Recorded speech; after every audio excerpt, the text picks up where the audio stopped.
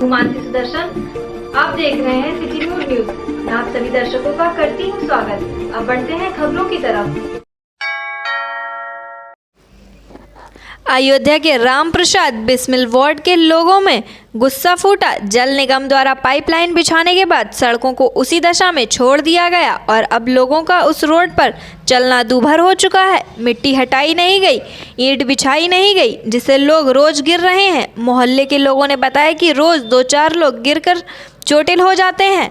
आज कांग्रेस के युवा नेता आरिफ आब्दी ने इसको लेकर नाराजगी जाहिर की और तुरंत कंपनी के सुपरवाइजर को बुलाकर तत्काल रोड ठीक करवाने को कहा। उन्होंने कहा अगर काम नहीं होता है तो हम जिला अधिकारी और मुख्यमंत्री के पोर्टल पर भी इसकी शिकायत करेंगे। सुपरवाइजर ने मौके पर ही आकर यह आश्वासन दिया कि शनिवार तक आपकी रोड ठीक करा दी जाएगी। क्या दिक्कत है यहाँ पे दिक्कत ये है कि इन्होंने चैम्बर एक लाइन इनको क्लियर होना चाहिए था इसका, और मैंने सुपरवाइजर से खुद कहा था यहाँ पे, और उन्होंने जो है चैम्बर नहीं बनवाया और गड्ढे यहाँ बहुत बड़े बड़े हैं। गड्ढे हैं, रोड भी पहले बताओ कि मिट्टी तक अभी नहीं हो पाई है। अभी इनको रोड क्लियर करना चाहिए, एक रोड उनको क्लियर करना चाहिए। नहीं बताया जाए यहाँ पे रोड पे लोग गिर रहे हैं। हाँ, रोड पे लोग गिर रहे हैं, बच्चे गिर रहे हैं, कई महिलाएं गिर गई हैं, बुजुर्ग को बहुत दिक्कत हो रही है। यहाँ पे क्या नाम है आपका? मोहम्मद अलीम। यहाँ पे क्या दिक्कत है रोड पे? एक महीने से खुदी पड़ी हुई है पूरी। इधर बारिश हुई, इतने लोग गिर रहे थे बेचारे, कोई इधर गिर रहा है, कोई उधर गिर रहा है पूरा। और जब कहो तो कहें बस 2 दिन में बन जाएगा, 2 दिन में बन जाएगा। 1 महीना हो गया नहीं बना ये। आपकी दुकान है यहाँ पर? हाँ, हमारे यहाँ पे दुकान है। क्या नाम है? हमारा नाम रेहान आब्दी है। लोगों को दिक्कत हो रही है, टाइम पे काम नहीं हो रहा है, क्या कहेंगे? जी, जैसे बरसात हो गई थी तो इस टाइम काम रोक दिया गया था कि अभी खुदेगी, लोगों को भी परेशानी होगी, इसीलिए 2 दिन उधर बारिश में काम रोका गया है। अभी कल से सही हो गया। अभी हमारे सामने ही हाँ, लोग गिरे हैं। बारिश में हुई है तो बारिश में मिट्टी जैसे लाइन जब खुदती है तो मिट्टी दब जाती है। मिट्टी दबने की वजह से वो गड्ढा हो गया है, तो उसको हम आगे कराए हैं सफाई। कल इसको बराबर कराने के लिए बोले हैं इसको। आप ठेकेदार हैं? नहीं, ठेकेदार नहीं है, यहाँ का हम सुपरवाइजर है, करा रहे हैं। ठीक है, तो ये लाइन जैसे मिट्टी थी दब गई है, तो दबने की वजह से तो वो तो हम हमारे हाथ में नहीं है, तो उसके अब साफ करा के फिर बराबर करा देंगे। ये कब तक हो जाएगा? ये कल आप आइएगा, कल आपको बराबर मिलेगा। क्या नाम है? गौतम प्रजापति। किस कंपनी से हैं आप लोग? भुवन कंपनी के। ये क्या समस्या, क्या मामला है? अरे देखिए, ये सीवर लाइन बच रही है। हर मोहल्ले में सीवर लाइन जो है जलगन विभाग के जल निगम की तरफ से है ये काम। ठीक है, ठेकेदारों को काम दिया गया है कि आप ये बिछाएंगे, उसके बाद चेम्बर बनाएंगे, चेम्बर बाद उसको पाट के इंटरलॉकिंग करके उसको बराबर करके देंगे। ये पिछले 1 महीने पहले इन्होंने यहाँ पर बिछाया और उसके बाद आज तक ना चेम्बर बनाया ना कुछ किया। रोज बरसात में महिलाएं गिर रही हैं, लोग गिर रहे हैं, चोट खा रहे हैं। ठीक है, पैर टूट रहा है, कौन जिम्मेदार है? इनसे पूछिए ना, इनसे कौन जिम्मेदार है इसका? ये सब ठेकेदार और सुपरवाइजर जो ऐश कर रहे हैं। यहाँ पर यह हाल है कि लेबरों का इनके ठिकाना नहीं है। पड़ोसी अड़ोसी अपना घर खोल रहे हैं तो लेबर इनके बच्चे लेकर के ठंडक में अपना शरण ले रहे हैं। ये पैसा कमा रहे हैं खाली। यहाँ पर पब्लिक और मोहल्ले वालों को जो है ये कुएं में ढकेल रहे हैं। कौन सा वार्ड है ये? ये रामप्रसाद बिस्मिल वार्ड है। ये हाल रामप्रसाद बिस्मिल वार्ड में सबसे ज्यादा बदतर है, क्योंकि यहाँ पुरसाने हाल कोई नहीं है। अभी आज आप हम देख लीजिए हालात, आप वीडियो बना लीजिए, यहाँ से लेकर के आप पूरे वार्ड में घूम जाइए। और ये सुपरवाइजर खड़े हैं, गौतम ने इनसे पूछिए कि इनका क्या काम था, इनको क्या काम करना था। अयोध्या में 5 विधानसभाओं पर बीजेपी ने अपने उम्मीदवार घोषित किए हैं। इसको लेकर सपा के महानगर महासचिव हामिद जाफर मीसम और महानगर प्रवक्ता राकेश यादव ने प्रतिक्रिया देते हुए कहा कि बीजेपी ने काम नहीं किया। इन 5 सालों में जनता ने आंसू बहाए हैं और जनता इंतजार कर रही थी कि कब वह घड़ी आए जब हम बीजेपी को सत्ता से बाहर करें। उन्होंने कहा कि किस मुंह से बीजेपी जनता के बीच जाएगी। खास तौर पर अयोध्या विधानसभा को लेकर कहा कि वेद प्रकाश गुप्ता एक व्यापारी हैं और वह क्या जाने कि समाज सेवा और लोगों का दुख दर्द, जब लोगों को उनकी ज़रूरत थी तब वह पॉजिटिव हो गए और जब मुख्यमंत्री आए तो तुरंत निगेटिव होकर बाहर आ गए। यह है बीजेपी का चेहरा। आइए सुन लेते हैं सपा नेताओं ने क्या कुछ कहा। आज बीजेपी के 5 टिकट अयोध्या विधानसभा से हो गए, क्या कहेंगे? उसमें कहना क्या है, हमारी लड़ाई में कोई सामने है ही नहीं, मुझको तो नहीं दिख रहा है। और जिनका टिकट इन्होंने घोषित किया है वेद गुप्ता जी का, वो कभी जनता के बीच में गए नहीं, ना जनता से उनका कोई सरोकार है। समाजवादी पार्टी ने जिसका टिकट घोषित किया है पवन पांडे का, हमेशा वो जनता के बीच रहे। जब वो विधायक थे तब भी जनता के साथ हमेशा दुख दर्द में शामिल होते थे। जब वो विधायक नहीं थे तब भी उन्होंने 5 साल जनता के बीच में ही बिताया है। उनके दुख दर्द तकलीफ़ों को समझा है, यहाँ की जो समस्याएं हैं उनको समझा है। आज व्यापारी नेता के तौर पर भी वेद गुप्ता जाने जाते हैं, लेकिन उन्होंने कभी व्यापारियों की कोई सुध नहीं लिया। आज बड़ी संख्या में व्यापारियों ने समाजवादी पार्टी की सदस्यता भी आज ही के दिन आज वो लोग जो है शामिल हुए हैं जब उनके टिकट की घोषणा हुई है।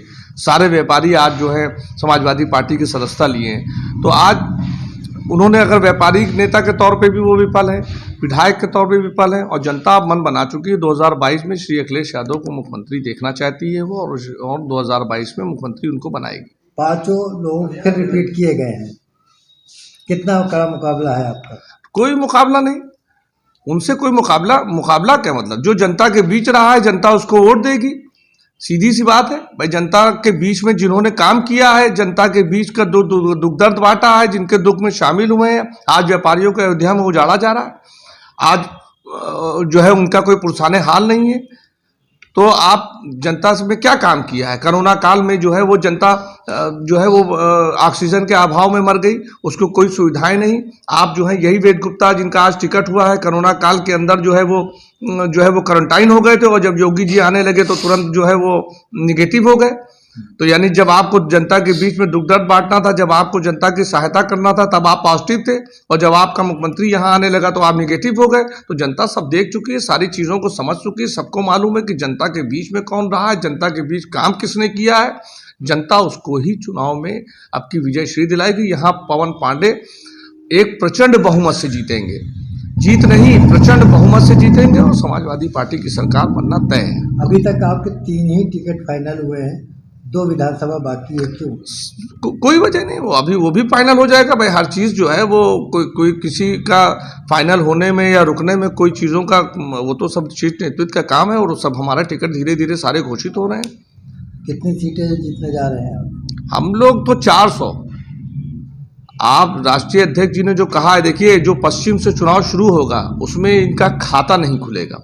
अगर खाता खुल जाएगा बताइएगा। आज इनके उप मुख्यमंत्री जो हैं वो जनता के बीच जा रहे हैं, दौड़ाए जा रहे हैं, खदेड़ दे रहे हैं। तो जो बात हमारे राष्ट्रीय अध्यक्ष ने कहा था कि खदेड़ा होगा, तो उसकी शुरुआत हो गई है। अभी केशव प्रसाद मौर्य गए थे, उनको औरतों ने दौड़ा लिया, भागना पड़ा। अभी राजनाथ सिंह ने अपनी रैली को जो है रद्द किया है। तमाम जो है वो जितने भी इनके मंत्री हैं वो हिम्मत नहीं जुटा पा रहे हैं कि जनता के बीच में जा क्या किस मुंह से जाएंगे, खदेड़ लिए जा रहे हैं। तो सब रिजल्ट तो सामने है ही है। तो ये डर गए हैं, भय का मतलब इन्होंने अगर काम किया होता तो जनता के बीच में जाते ना। तो वो लाठियों के बल पे और पुलिस के बल पे और शासन के बल के प्रशासन के बल पे जो है वो हुकूमत नहीं की जाती है। जनता के बीच काम करके उसकी हुकूमत की जाती है, और जनता देख रही है कि किसने काम किया है और किसने क्या किया है, और उसका रिजल्ट 2022 में आपको बहुत अच्छी तरीके से दिखेगा। बीजेपी ने आज अयोध्या के 5 विधानसभाओं के टिकट फाइनल किए हैं, क्या प्रतिक्रिया है आपकी? उनका वो अपना टिकट फाइनल करने का नियम है, लेकिन हम जानते हैं कि यहाँ से आदरणीय पवन पांडे जी को जो टिकट दिया गया, समाजवादी पार्टी ने दिया है, उनके मुकाबले इनके 5 विधानसभा में कोई नहीं खड़ा हो सकता। और पवन पांडे जी सबके सुख दुख में, दर्द में हमेशा 5 साल खड़े रहते हैं। अगर उनके कानों तक कोई भी आवाज़ गई तो उसके घर जा कर के जिस तरह से उसकी मदद हो सकती है करते हैं। इसलिए आदरणीय पवन पांडे जी अब की यहाँ से विधायक होकर के कैबिनेट मंत्री बनेंगे, ये अयोध्या की जनता ने सोच लिया है। वेद प्रकाश गुप्ता व्यापारियों के नेता माने जाते हैं, क्या कहेंगे?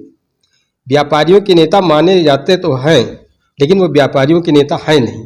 आज यहाँ बहुत से व्यापारी नेता, जिसमें उद्योग व्यापार मंडल के उपाध्यक्ष भी हैं, न्यू बाजार व्यापार मंडल के अध्यक्ष भी हैं, आज बड़ी संख्या में अपने बहुत से साथियों के साथ समाजवादी पार्टी की सदस्यता ग्रहण की। उन लोगों को इसमें समाजवादी पार्टी में आस्था है। उन लोगों ने भी पहले बहुत सारे लोगों को वोट दिया, लेकिन उन्होंने देखा कि इस सरकार में व्यापारियों का अच्छी तरह से उत्पीड़न हो रहा है, व्यापारी उजाड़े जा रहे हैं। इसलिए उन लोगों ने समाजवादी पार्टी में आस्था जताते हुए आज सपा की सदस्यता ग्रहण की और माननीय तेज नारायण पांडे जी ने और महानगर के अध्यक्ष जी ने, महासचिव जी ने आज उनका स्वागत किया, उनको झंडा सौंप करके उनकी सदस्यता दी। नाम ऊपर। राकेश यादव, महानगर प्रवक्ता समाज। उत्तर प्रदेश विधानसभा चुनाव अब कुछ दिन ही शेष रह गए हैं, जिसको देखते हुए सभी पार्टियों ने अपने प्रत्याशी मैदान में उतार दिए हैं। आज भारतीय जनता पार्टी ने 91 प्रत्याशियों की सूची जारी की, जिसमें अयोध्या विधानसभा के 5 प्रत्याशियों का नाम सूची में जारी किया है, जिसमें अयोध्या विधानसभा के प्रत्याशी वेद प्रकाश गुप्ता, बीकापुर अमित सिंह चौहान, गोसाईगंज आरती तिवारी, मिल्कीपुर बाबा गोरखनाथ और रुदौली से रामचंद्र यादव एक बार फिर दोबारा मैदान में उतर चुके हैं। इसी क्रम में जब अयोध्या प्रत्याशियों के नाम घोषणा हुई तो पार्टी कार्यालय पर भाजपाइयों ने एक दूसरे को मिठाई खिलाकर खुशियां मनाई। जिले के भाजपा प्रत्याशियों को बड़े नेताओं और कार्यकर्ताओं ने बधाई दी, तो वहीं उसके बाद भाजपा प्रत्याशी भगवान की शरण में पहुंचे। मिल्कीपुर प्रत्याशी बाबा गोरखनाथ और गोसाईगंज की प्रत्याशी आरती तिवारी ने अयोध्या धाम हनुमानगढ़ी में हनुमंत लला का दर्शन पूजन किया। दर्शन के बाद भाजपा के गोसाईगंज से वर्तमान विधायक इंद्र प्रताप तिवारी, खब्बू की पत्नी आरती तिवारी ने विरोधियों को संदेश दिया है। उनका कहना है कि पार्टी ने टिकट देकर करारा जवाब दिया है। वहीं अयोध्या विधानसभा के प्रत्याशी वेद प्रकाश गुप्ता और मिल्कीपुर प्रत्याशी बाबा गोरखनाथ ने देश के प्रधानमंत्री उत्तर प्रदेश के योगी आदित्यनाथ जी, गृह मंत्री अमित शाह जी को हृदय से आभार प्रकट करते हुए, जिन्होंने मुझे सेवा के रूप में पुनः एक बार फिर अवसर दिया है, और धन्यवाद दिया। जताया है, क्या कहेंगे पार्टी को? मैं सबसे पहले अपने मिल्कीपुर की जनता को, वहाँ के ईमानदार कर्मठ एक एक कार्यकर्ता को प्रणाम करता हूँ कि जिन्होंने मेरे बारे में लड़ाई यहाँ से लेकर दिल्ली तक संदेशा भेजा कि पुनः गोरखनाथ बाबा को मिल्कीपुर का प्रत्याशी बनाया जाए, और शीर्ष नेतृत्व ने मुझे फिर पर भरोसा जताया है और मिल्कीपुर से फिर से भारतीय जनता पार्टी का मैं प्रत्याशी बनकर बना हूँ। मैं अपने मिल्कीपुर की तरफ से पार्टी के शीर्ष नेतृत्व को आश्वस्त करता हूँ कि फिर से हम लोग एक बड़े वोटों के अंतर के साथ जीतेंगे। ऐसा क्या बचा है जो अगली बार जीतने के बाद अगर आप जीतते हैं तो जनता को वो सारी चीजें देंगे, क्या उपलब्धियां होंगी इस बार? पंडित दीनदयाल उपाध्याय जी का सपना था कि अंतिम व्यक्ति पे खड़े व्यक्ति का कैसे उद्धार हो, कैसे उसके चेहरे पे मुस्कान आए। उसका हम लोगों ने 70% इम्प्लीमेंट कर दिया है। जो बचे सपने हैं, उन गरीबों के उन सपनों को पूरा करना है, और देश को जिस तरीके से उत्तर प्रदेश को योगी जी के राज में भयमुक्त किया है, लोगों का विश्वास योगी जी पर है, ये विश्वास इसी तरीके से बना रहे, ऐसी मैं अपनी जनता जनार्दन से बहुत विनम्र प्रार्थना करता हूँ। बाबा भैया आपकी बात। टिकट मिलने के बाद सर्वप्रथम महाबली का दरबार है, पूरे विश्व के लोग आते हैं, तो तुरंत जैसे टिकट मिला हम लोग सीधे महाबली के दरबार में आए। कुछ मांगा नहीं, बस आशीर्वाद यही कहा कि जो आशीर्वाद आपका मेरे ऊपर बना है, यही आशीर्वाद निरंतर हमारे ऊपर बना रहे, यही आशीर्वाद मैंने मांगा। यही जीत का मूल मंत्र है। इस बार फिर यानी कि आप मानिए किस आधार पे, जब क्षेत्रीय जनता पूछे किस आधार पे आपको वोट दें और क्यों जिताएं? दूसरी पार्टी की अलग अलग चीजें बहुत सारे मुद्दे हैं। पूरे प्रदेश को जिस तरीके से भयमुक्त रखा है, लड़ाई झगड़ा और छोटे मोटे दंगों जिस तरीके से होते हुए शासन में नहीं हुई है, और गरीबों को जिस तरीके से आवास, राशन, पेंशन मौका दिया, आप क्या कहेंगे इसमें? मैं अयोध्या के सेवक के रूप में मुझे दोबारा सेवा का अवसर दिया है, इसके लिए मैं केंद्रीय नेतृत्व को और प्रदेश नेतृत्व को, माननीय यशस्वी प्रधानमंत्री नरेंद्र मोदी जी, माननीय यशस्वी मुख्यमंत्री योगी आदित्यनाथ जी, माननीय अमित शाह साहब, माननीय जेपी नड्डा राष्ट्रीय अध्यक्ष जी और पूरी टीम को प्रदेश की केंद्रीय हृदय से आभार व्यक्त करना चाहता हूँ, जिन्होंने मुझे सेवा के लिए पुनः एक बार इस अयोध्या विधानसभा के अवसर दिया। और निश्चित रूप से मेरे मन में कहीं ना कहीं इस बात की चिंता थी कि यदि दोबारा अवसर नहीं मिलेगा तो बहुत सारे काम अभी अधूरे थे।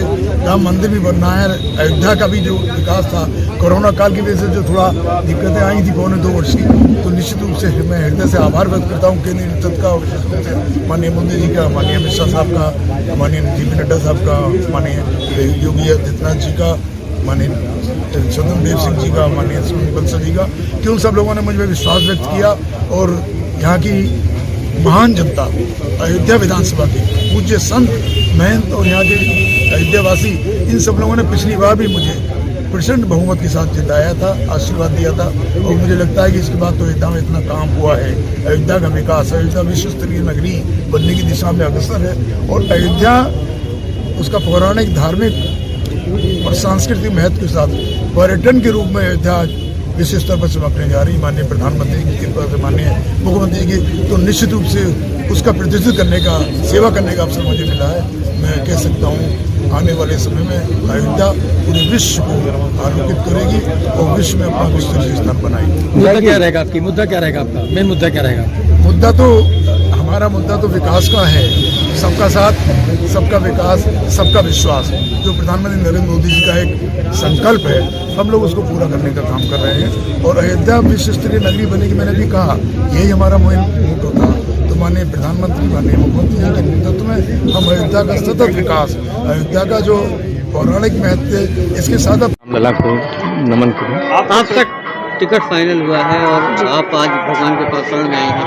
जी जी, सर्वप्रथम मैं हनुमान जी महाराज, कनक जी महाराज की प्रणाम करती हूँ और पार्टी के शीर्ष नेताओं का बहुत बहुत आभार व्यक्त करती हूँ जो हमें इस काबिल समझे। और विरोधियों से ये कहना चाहूँगी कि पार्टी के शीर्ष नेताओं ने हमें टिकट देकर करारा जवाब दे दिया है जी, और ये जवाब उनको जनता दे देगी। अब आपकी इस बार जो चुनाव में, चूंकि विधायक जी इस समय जेल में हैं और आप सड़क पे होंगे, नई चुनौतियां हैं, तो इसे कैसे निपटेंगे? जी बिल्कुल निपटेंगे, हम नहीं निपटेंगे, हमारी जनता निपटेगी। पूरी गोसाईगंज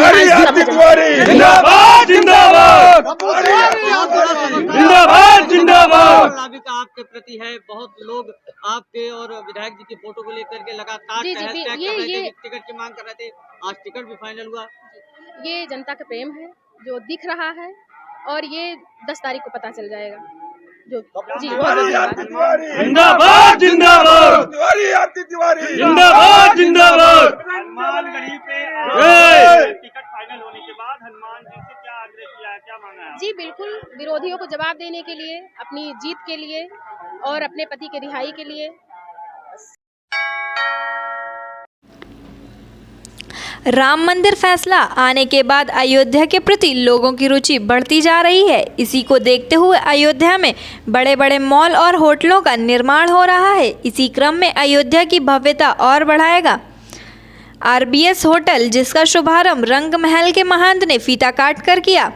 साईं दाता कुटिया के सामने स्थित RBS होटल सभी सुविधाओं से लैस होगा। शादी, विवाह, मुंडन इत्यादि मांगलिक कार्यक्रमों में काफ़ी सुविधाजनक होगा। होटल में कमरों के साथ साथ बड़े मैदान उपलब्ध हैं, जिसमें हजारों लोग एक पंडाल के नीचे भोजन कर सकते हैं और मांगलिक कार्यों का आयोजन भी कर सकते हैं। होटल के कार्यकारिणी सदस्य नीतीश कुमार सिंह ने बताया कि होटल में 8 कमरे व AC रूम भी उपलब्ध हैं। शादी, विवाह और समस्त मांगलिक कार्यक्रमों के लिए एक बेहतर प्लेटफॉर्म है, जहां एक पंडाल के नीचे सब कुछ उपलब्ध है। अयोध्या विश्वविख्यात नगरी है, जिसमें बाहरी टूरिस्ट ज़्यादा आएंगे, जिसको देखते हुए इस होटल का निर्माण हुआ है और बहुत ही कम दरों में कमरे उपलब्ध हैं। एक तो पहले तो आप सभी का बहुत बहुत धन्यवाद यहाँ पे आने के लिए। RBS होटल एंड लॉन्ज जो है अयोध्या का सबसे बड़ा, एक तरह से आप कह सकते हैं, जिसमें आपका शादी ब्याह समारोह, आपका जो है बर्थडे पार्टी, इंगेजमेंट सेरेमनी से लेकर सभी तरह के आयोजन यहाँ पे हो सकते हैं। और हमने पब्लिक का बहुत ही ध्यान रखा है इसमें। हमने शुरुआत में तो हम मतलब 1-2 समारोह से आयोजित करेंगे, लेकिन हमारी कोशिश ये है कि अधिक से अधिक इसमें शादी समारोह, अन्य चीज़ों का हम आयोजन कर सकें। ये अपने आप में आप जैसा कि देख ही रहे हैं कि एरिया क्षेत्रफल के हिसाब से आसपास के एरिया में सबसे बड़ा है, जहाँ पे आपका हमारा जो है 50,000 स्क्वायर फीट का हमारा पूरा लॉन है, 40,000 स्क्वायर फीट की हमारी पूरी जो है पार्किंग व्यवस्था है, और साथ साथ जो है हमारे अंदर भी जो है आपका हमारा एकदम पूरा बैंक्वेट हॉल है। एक हमारा जो है फर्स्ट फ्लोर पे बैंक्वेट हॉल है, एक हमारा ग्राउंड फ्लोर पे बैंक्वेट हॉल है। तो 2 तरह से हमने बैंक्वेट हॉल देने की कोशिश की है। फर्स्ट फ्लोर हमारा जो है फर्स्ट फ्लोर और सेकंड फ्लोर पे हमारे 8 कमरे हैं, जहाँ पे आपको जो है डुप्लेक्स से लेके किंग साइज़ में आपको सभी प्रकार के रूम मिल जाएंगे। तो ये सारी जो है व्यवस्था है हमने राम मंदिर से हमने काफ़ी ख्याल रखा है इस चीज़ का, क्योंकि अयोध्या और ख़ासकर राम नगरी पूरे विश्व में प्रसिद्ध है। और जिस तरीके से हमें रिस्पांस मिल रहा है पिछले हम जब से आज हमारी लॉन्चिंग है, लेकिन हमें लगभग 1-1.5 महीने पहले से रिस्पांस मिल रहा है यहाँ पे बुकिंग का, लेकिन हमने उसको तुरंत नहीं लिया। आज जब हम पूरी तरीके से हम तैयार हैं, तो आज मतलब 2 दिन के अंदर ही हमें 10 से ऊपर जो है रिस्पांस यहाँ पे मिले हैं। और जिस प्रकार से जो है यहाँ पे पर्यटकों की संख्या बढ़ रही है, जिस तरीके से लोगों का आना जाना हो रहा है, मुझे लगता है कि आने वाले समय में ये हमारे जो सुविधाएं रहेंगी और हमारा जो अयोध्या रहेगा वो काफ़ी डेवलप कर जाएगा। मेरा नाम नीतीश सिंह है। बिल्कुल जो है हमारा शुभारंभ का औचित्य यही होता है कि एक नई दिशा, एक नई कार्य हम जो है समाज में लेके आ रहे हैं। तो हमारा यही कहना है कि आप सभी हमें प्यार दें, हमारे इस नए होटल पे अपना आशीर्वाद बनाए रखें। और चूँकि हम सभी जो है अयोध्या के लिए ये सब काम कर रहे हैं, हम सभी यहाँ के अयोध्या वासी, हम चाहते हैं कि बाहर से कोई भी आए तो उसको एक अच्छी सुविधा मिले, जहाँ पे वो अगर आए तो उसका जो है अयोध्या के प्रति उसका जो एक इमेज है। हमने कोविड का पूरा ध्यान रखा है यहाँ पर। जो कोविड के जो पालन होते हैं, गाइडलाइंस होती है, हमने उसको पूरी तरीके से पालन किया है। आपको जो है यहाँ पे मास्क लगा के और बिना मास्क के यहाँ पे एंट्री नहीं दी जाएगी। और मतलब सोशल डिस्टेंसिंग का हमने पालन किया। हमारे जितने भी वेटर, जितने भी यहाँ पे स्टाफ हैं, वो पूरा मास्क लगा के यहाँ पे सर्विस देंगे आपको। और साथ साथ हमारी जो है टेस्टिंग भी रहेगा। हमारे पास मशीनें हैं, हमारे पास जो टेम्परेचर नापेंगी और भी कई सारी सुविधाएं हमने जो है कोविड गेस्ट आपके आज कौन था ये बता दें। जी, हमारे रंगमहल महाराज जी हमारे जो है चीफ गेस्ट हैं। रंगमहल महाराज जी हैं हमारे चीफ गेस्ट। और भी बहुत सारे जो यहाँ के सम्मानित जो प्रतिनिधिगण हैं विभिन्न पार्टियों से, वो सब हैं। और कई सारे जो है लोकल समाज सेवी भी यहाँ पे आ रहे हैं। तो ये सब हमारे हैं। जी, अपना नाम? जी, हमारा नाम नीतीश कुमार सिंह है। और मैं जो है मतलब यहाँ के जो ओनर।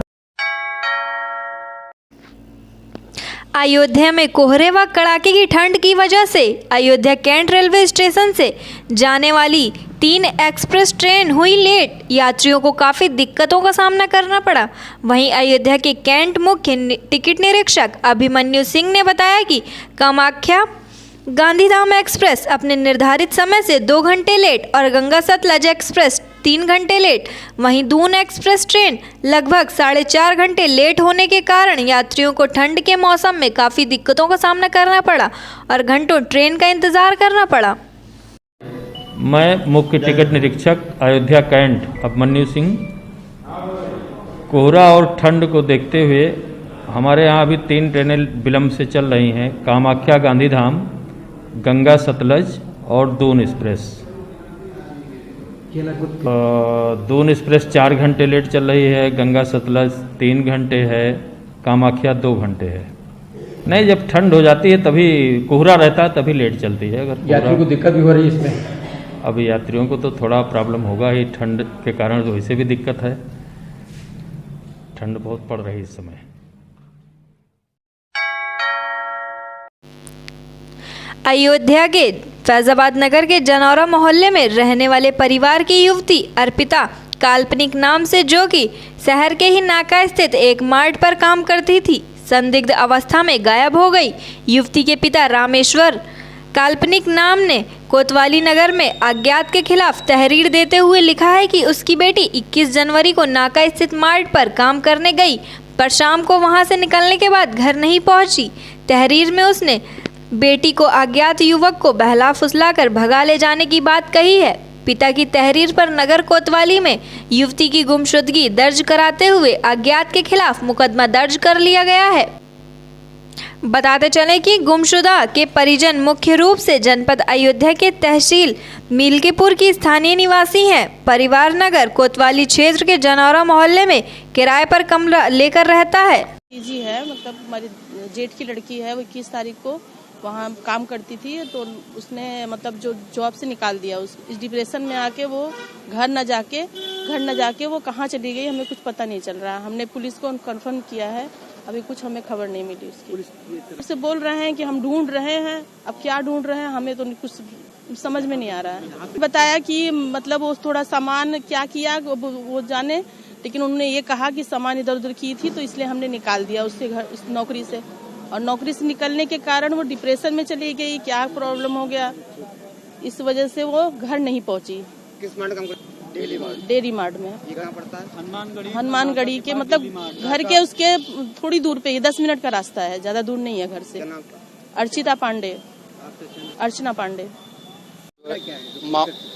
भैया मामला है कि हमारे बड़े भाई की बेटी अर्चिता पांडे डेली मार्ट काम करने जाती थी और 21 तारीख को जो है वो डेली मार्ट में काम करती थी, पर जो है वो घर नहीं पहुंची। तो मालिक द्वारा जो है मालिक ने कहा कि जो है एक दिन पहले वहाँ जो है कुछ जो है आपने सामान लिया है, उसके बाद जाके अपने माता पिता को बुला खिलाओ। तो उनकी शिकायत पे जो है वो बेटी जो है वहाँ तक जो है आती है। उसके बाद वहाँ जो है वो मालिक के कहने पर 21 तारीख को वो घर नहीं पहुँची। 1:30 बजे खाना के समय जब हुआ तो जो है हमारी भाभी ने जो है वहाँ आई और उसके बाद जो है तो उन्होंने कहा कि जो है क्यों नहीं पहुँची। तो उन्होंने कहा सुबह हमने जो है बता दिया था कि ऐसी ऐसी बात है, और फिर फ़ोन नंबर वगैरह भी उन्होंने किया पर फ़ोन उठा नहीं। भाई हमारे काम करते थे। इसकी नगर कोतवाली में हमने शिकायत की है। नगर कोतवाली अयोध्या में हमने शिकायत की है। रिपोर्ट हमने लिखा दिया है। सारी चीज़ें हमने सारे लोगों को इन्फॉर्म कर दिया है। सरकारी तंत्र उनके द्वारा क्या आश्वासन दिया गया? उनके द्वारा आश्वासन दिया गया कि हम जो है ढूंढ रहे हैं ये सारी चीज़ें। क्या नाम है आपका? हमारा नाम विजय बहादुर पांडे। आप कौन है लड़की? लड़की के हम चाचा हैं। 21 जनवरी 2022 से गायब है। 21 जनवरी 2022 जनौरा डेली मार्ट हनुमानगढ़ी के आगे वहाँ काम करती थी, वहीं से सर गायब। आज के लिए बस इतना ही। कल फिर मिलेंगे इसी समय इसी चैनल पर। अब हमें दीजिए इजाजत। नमस्कार।